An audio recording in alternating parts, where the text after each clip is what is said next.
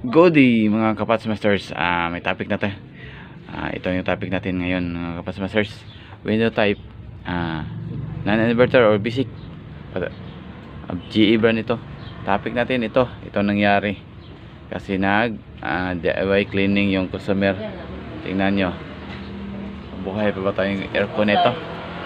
Kanang evaporator. Naka na yun, damage yung pin ng evaporator ng Kapats Masters. Ito yung gagawin natin, i-recover natin ito. Shout out pala sa lahat ng mga 470 na subscriber ng Pat's Technical Works. Ito kaunting kalaman ibigay ko sa inyong Kapats Masters about paano actually di na magagamit gagamit na lang tayo ng kasi grabe na, damage na talaga. Gamit tayo ng palita yung ito, yung gamitin pang masilya na palita. Ito hindi na ganito yung suklay-suklay ng evaporator kasi grabe. Kasi pag linis ng customer, yung malakas yung pressure ng washer na ginamit, kaya tingnan nyo, sabi niya palitan na ng bago, pero parang wala akong makita ang evaporator ng ganito mga Kapats Masters. GE brand ito, ang GE. Kaya kuha na lang, paantok ito. Kuha natin, actually makuhan pa ito, ma-recover pa ito mga Kapats Masters. Hinahinay lang, dandahan lang natin ibalik sa normal. Actually hindi na balik sa normal to. Kuhan lang, kailangan kasi kapag ito mangyari mga Kapats Masters, mahina na yung hangin, tapos wala nang lamig, kahit condition pa yung compressor at saka fan motor, tapos yung capacitor condition, pero siya mangyari dito, delikado, masisira yung compressor mo kasi abnormal na yung daloy ng hangin papasok dun sa tingnan nyo, di ba? Damage na talaga. Pero gawan natin ng paraan by Pat's Technical Works. Hindi tayo magpalit ng evaporator kasi parang hirap na hanapan yung evaporator nito. Suklayin natin sa pamagitan ng palita, Pat's Masters, palita. Antay-antay lang, tingnan na to kung anong result ng Kapats Masters. Antay-antay lang. Shout out sa mga DIY, especially yung mga subscriber ng Pat's Technical Works. Dito pala ako nag-umpisa mga Kapats Masters. Ito, gitna, di ba kanina wala to. After 2 minutes, ito na nagawa ko. Actually, makakaantok nito mga Kapats Masters. Dito kaya ang sudlay, yung suklay ng kaya nga mano-mano ang gawin para may balik yung pin na defective pin sa dito. Kaya naumpisahan ko ito, sa gitna ako nag-umpisa para makita natin may resulta. Kaya shout out sa mga mag DIY ng inyong mga aircon na mag cleaning. Kanyo muna, i-test nyo muna yung flow ng tubig na galing sa inyong washer. Huwag nyo idikit, i-distance nyo lang para di madamage kagaya nito. Tingnan nyo, nag-DIY yung customer, tapos ito yung nangyari. Wala na. Kung isa pwede natin yung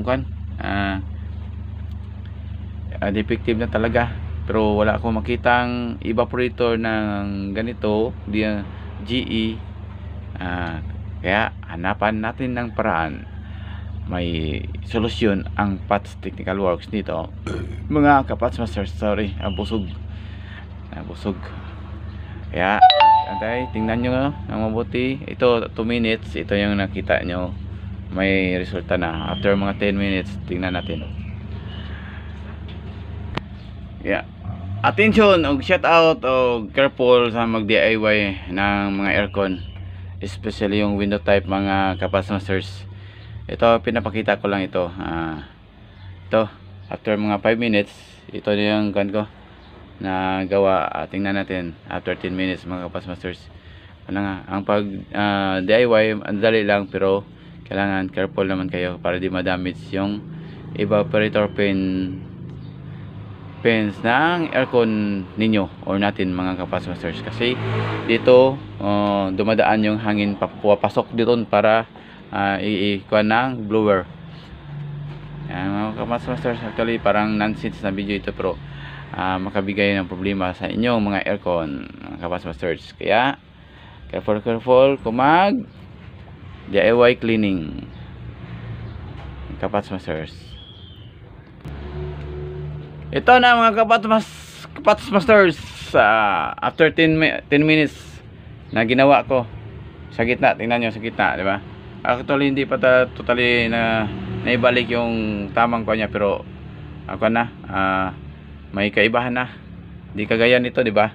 O tingnan nyo, kanda talaga ito, unti-unti nang ibabalik. Actually baka may may yung misis na wag mo nang ayusin kasi ikaw mo na lang, i-scrap mo lang. Totoo yan, pero dahil Patch Master tayo, Patch Master or Patch Technical Works to, gawa natin ng paraan. Actually kung may evaporator akong ganito, siguro Patch Masters, palitan ko agad, pero wala, parang all unit yung GE na ito na unit, kasi wala tayong makakita, kaya ito ang ginagawa ko. Actually nakakaantok itong gawain na ito, yung pagsuklay ng hindi na kaya ito. Gamitin mo na lang mano-mano, Patch Master, mano-mano, palitan ng pan or ini, kahit ganito wala kang palita, may may skwala, yan gamitin mo ganyan, dandahan mong i-street. Yan lang, nakakaantok talaga, pero wala tayong magawa para ma-recover, kasi yung technical works na ma-recover natin yung mga problema ng aircon, refrigerator, washing machine, na hindi makagastos yung customer. Kaya take note mga Patch Master na mag DIY ng inyong aircon, especially kayo ang mag-cleaning, take note niyo, iwasan yung madamage ito para hindi apektado yung pagwa ng lamig. Kasi kahit saan ka ang gulo, tingnan, damage na talaga, damage. Pero may technique tayo, ito na ibalik ko na konti, mga pa, actually hindi pa 1/4 talaga, diba? I-compare mo kanina sa wala pa, hindi ko pa diba, wala ito ito, damage talaga. Kaya yan lang mga Patch Masters, antayin natin kung actually ang tagal nito, kaantok, parang 2 araw ito na nito trabaho. Kung di busy, pwede 1 araw mag-focus ako dito. Ito 10 minutes or 20 minutes natin ginawa. Yan ang shout out sa lahat ng mga subscriber ng Patch Technical Works, especially yung 400. Shout out amigo Master Noel na Mukatkat, lahat ng mga member ng Cebu Rocktek dito sa Cebu, Master Ruby Gabudada, Master Nandi, o sa kasamahan ko badi dong no nay One Eye Vlog, One Eye Vlog ko no YouTube channel kung kasamang dito badi One Eye Vlog yung YouTube channel nila, pero wala na i-upload siya, mamaya siya sunod i-video nito, gitrain pa. Yan muna mga Patch Masters, tingnan natin after 5 minutes may kaibahan ba. Yan ang mga Patch Masters, after 15 minutes na ginawa ko, tingnan nyo, may konting kaibahan na.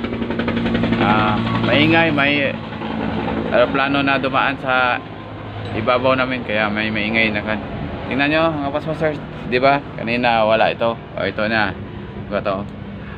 Pinapakita ko lang ito mga Patch Masters kasi na-damage. Tapos kapag ang unit niyo evaporator pins, tapos yung sa condenser pins, kapag nakita kayong ganito na ikan nyo na lang, ay manual nyo ibalik sa pamagitan ng palita, yung palita na even matulis, kahit kutsilyo na manipis, pwede yung gawin.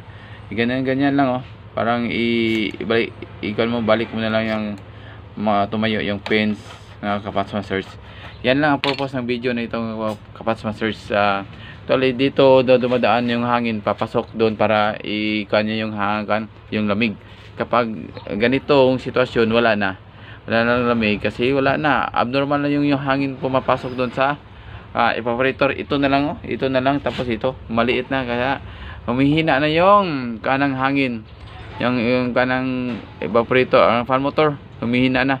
Kahit sa condenser side, even evaporator or even split type or ito, kailangan mong ito ibalik sa original na para kung sa ba sa tao pa parang ilong ito humigop ng hangin, kaya kailangan ibalik natin sa normal niya position para hindi apektado yung compressor.